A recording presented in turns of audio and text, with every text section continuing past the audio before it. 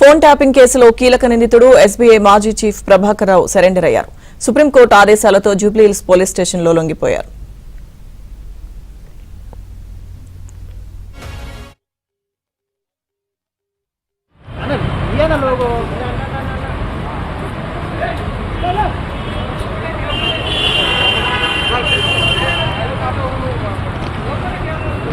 ఎవరైనా పంపిస్తున్నారు లోపలికి.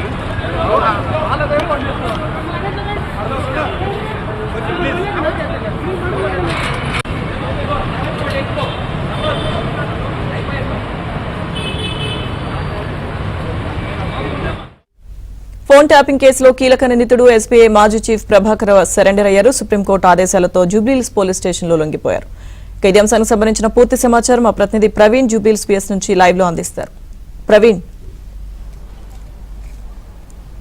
ఫోన్ ట్యాపింగ్ కేసులో కీలక నిందితుడిగా ఉన్నటువంటి ప్రభాకర్ రావు కొద్ది నిమిషాల క్రితమే జూబ్లీహిల్స్ ఏసీపీ ముందు తను లొంగిపోవడం జరిగింది. ప్రస్తుతం జూబ్లీహిల్స్ పోలీస్ స్టేషన్లో ప్రభాకర్ రావును అయితే మాత్రం పోలీసులు విచారణ జరుపుతున్నటువంటి పరిస్థితి అయితే కనపడుతుంది. సుప్రీంకోర్టు నిన్నిచ్చినటువంటి ఆదేశాలతోటే ఈ కేసులో కీలక నిందితుడిగా ఉన్నటువంటి ఎస్ఐబి మాజీ చీఫ్ ప్రభాకర్ రావు ఈ రోజు 11 గంటల్లోపు పోలీసుల ముందు అంటే సిట్ అధికారం ముందు లొంగిపోవాలని ఆదేశించారు. దీంతో ప్రభాకర్ రావు కొద్ది నిమిషాల క్రితమే మనం చూస్తున్నటువంటి జూబ్లీహిల్స్ పోలీస్ స్టేషన్లో తాను లొంగిపోయినటువంటి పరిస్థితి కనపడుతుంది. దాదాపు ఈ ఏడాది మే 29 నుండి కూడా ఇప్పటి వరకు మధ్యంతర రక్షణలోనే ఉన్నాడు. ఎందుకంటే సుప్రీంకోర్టు అతనికి ఇచ్చినటువంటి మధ్యంతర రక్షణతోటే తను అరెస్ట్ కాకుండా తను 6 సార్లు విచారణకు రావడం జరిగింది. కానీ తెలంగాణ రాష్ట్ర ప్రభుత్వం సుప్రీంకోర్టులో ఒక కీలకమైనటువంటి అఫిడవిట్ వేసింది. ఎందుకంటే ఆ కేసుకు సంబంధించి అంటే మధ్యంతర రక్షణ కల్పించినట్లయితే కేసు విచారణలో అతను సహకరించడం లేదు కాబట్టి కస్టోడియల్ ఇన్వెస్టిగేషన్కు అనుమతి ఇవ్వాలి. కస్టోడియల్ ఇన్వెస్టిగేషన్లో విచారణ జరిపితే తప్ప అతని నుంచి ఆధారాలు రాబట్టలేమనేటువంటి అంశాన్ని రాష్ట్ర ప్రభుత్వం పదే సుప్రీంకోర్టులో వాదనలు వినిపించింది. సుప్రీంకోర్టు ఇచ్చినటువంటి ఆదేశాలతోటే ప్రస్తుతం అయితే మాత్రం ప్రభాకర్ రావు కొద్ది నిమిషాల క్రితమే జూబ్లీహిల్స్ పోలీసుల ముందు లొంగిపోవడం జరిగింది. ప్రస్తుతం మనం చూస్తున్నాం లాండ్ ఆర్డర్ అడిషనల్ సిపిగా ఉన్నటువంటి జాయింట్ సిపిగా ఉన్నటువంటి అధికారి కూడా ప్రస్తుతం అయితే జూబ్లీహిల్స్ పోలీస్ స్టేషన్కి చేరుకున్నారు. ఇక ప్రభాకర్ రావును ఈరోజు అరెస్టు చూపిన తర్వాత 7 రోజుల పాటు కస్టోడియల్ ఇన్వెస్టిగేషన్ కొనసాగుతుంది.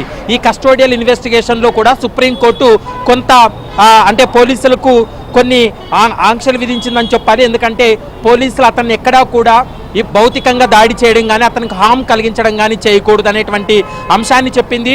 మరోవైపు అతని మెడిసిన్స్ కావచ్చు, వ్యక్తిగతంగా ఒకవేళ భోజనం ఇంటి నుంచి కావాలనిపిస్తే అనుమతి ఇవ్వాలంటూ కూడా ప్రస్తుతం అయితే మాత్రం సుప్రీంకోర్టు ఆదేశాలు ఇచ్చినటువంటి పరిస్థితి కనపడుతుంది. ప్రస్తుతం అయితే మాత్రం కస్టోడియల్ ఇన్వెస్టిగేషన్ ఈ 7 రోజుల పాటు విచారణ కొనసాగుతుంది. ఈ 7 రోజుల విచారణ రిపోర్ట్ను సుప్రీంకోర్టు ముందు పెట్టిన తర్వాత తదుపరి ఏం చర్యలు తీసుకోవాలనేటువంటి అంశానికి సంబంధించి కూడా సుప్రీంకోర్టు ఒక కీలక నిర్ణయం తీసుకోబోతుంది. మరోవైపు ఇప్పటి వరకు అంటే ఈ ఫోన్ ట్యాపింగ్ కేసులో హార్డ్ డిస్కుల ధ్వంసం కావచ్చు, తర్వాత ఉగ్రవాదులు నక్సలైట్ల పేర్లతోటి రాజకీయ నేతల యొక్క ఫోన్లు ట్యాప్ చేశారనేటువంటి అభియోగాలు ఆరోపణలకు సంబంధించి సుదీర్ఘంగా విచారణ జరిపినప్పటికీ కూడా దాదాపు 6 సార్లు విచారణ జరిపినప్పటికీ కూడా ప్రభాకర్ రావు విచారణకు సహకరించకపోవడంతో సుప్రీంకోర్టు కూడా రాష్ట్ర ప్రభుత్వం యొక్క వాదనలు ఏకీభవించి కస్టోడియల్ ఇన్వెస్టిగేషన్కి అయితే మాత్రం అనుమతించింది. ఈ 7 రోజుల పాటు కస్టోడియల్ ఇన్వెస్టిగేషన్లో కీలక అంశాలు కీలక విషయాలు కూడా బయటపడేటువంటి అవకాశాలు అయితే కనపడుతున్నాయి.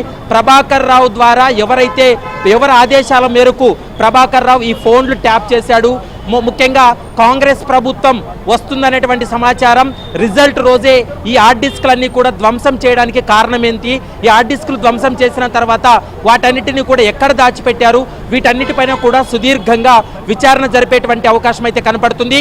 మరొక కీలకమైనటువంటి అంశం ఏంటంటే rule number 419 rule number 419A ఈ 2 రూల్స్ ప్రకారం ఖచ్చితంగా ఫోన్ ట్యాపింగ్ చేయవచ్చు. కానీ ప్రభాకర్ రావు అనేటువంటి వ్యక్తి, మరోవైపు అతని కింద ఎస్ఐబిలో పనిచేసినటువంటి ప్రణీత్ రావు, వీరు 419A కావచ్చు 419 రూల్ ప్రకారం వీళ్ళు ఫోన్ ట్యాపింగ్ జరగలేదు, నిబంధనలకు విరుద్ధంగా ఈ ఫోన్ ట్యాప్ చేశారు. ముఖ్యంగా రివ్యూ కమిటీకి కూడా సమాచారం లేకుండా కొంతమంది ఫోన్ ట్యాప్ చేశారు. రివ్యూ కమిటీ ఒకవేళ ఆదేశాలు ఇచ్చినట్లయితే, వారి సమాచారం ప్రకారమే రివ్యూ కమిటీ ఆదేశాలు ఇచ్చినట్లయితే ఆ రివ్యూ కమిటీ రిపోర్ట్ కూడా ప్రస్తుతం ఎస్ఐబి చీఫ్ దగ్గర అప్పట్లో లేదనేది ప్రధానంగా రాష్ట్ర ప్రభుత్వం యొక్క వాదన. వాటికి సంబంధించి కూడా ఈరోజు సుదీర్ఘంగా విచారణ జరిపే అవకాశం ఉంటుంది. మధ్యాహ్నం తర్వాత సిపి సజ్జనార్ కూడా స్వయంగా ప్రభాకర్ రావును విచారణ జరుపుతారు. ప్రస్తుతం ఈ కేసులో ఐఓగా ఉన్నటువంటి జూబ్లీహిల్స్ ఏసీపీగా ఉన్నటువంటి వెంకటగిరి ప్రస్తుతం అయితే మాత్రం ప్రభాకర్ రావును విచారణ జరుపుతున్నారు. కొద్ది నిమిషాల క్రితమే ఆ జాయింట్ సిపి అంటే లాండ్ ఆర్డర్ జాయింట్ సిపి కూడా ప్రస్తుతం జూబ్లీహిల్స్ పిఎస్ కూడా చేరుకున్నారు. ఈరోజు అరెస్టు చూపిన తర్వాత 7 రోజుల పాటు ఈ కస్టోడియల్ ఇన్వెస్టిగేషన్లో ఎలాంటి అంశాలు బయటపడతాయనేది మాత్రం చూడాల్సినటువంటి అవసరం ఉంటుంది.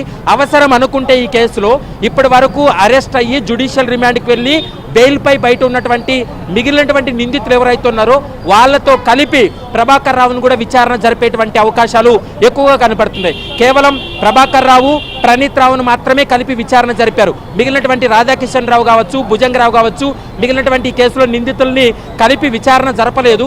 ఒకవేళ కస్టోడియల్ ఇన్వెస్టిగేషన్లో వాళ్ళను కూడా కలిపి విచారణ జరపాలి అనుకుంటే వాళ్ళకు నోటీస్ జారీ చేసి విచారణ జరిపేటువంటి అవకాశం ఉంటుంది. ఫర్దర్ ఇన్వెస్టిగేషన్ నెక్స్ట్ ఏం స్టెప్ తీసుకోవాలనేది సుప్రీంకోర్టు ఆదేశాలతోటే సిట్ అధికారులు కూడా ముందుకెళ్లేటువంటి అవకాశం ఉంటుంది.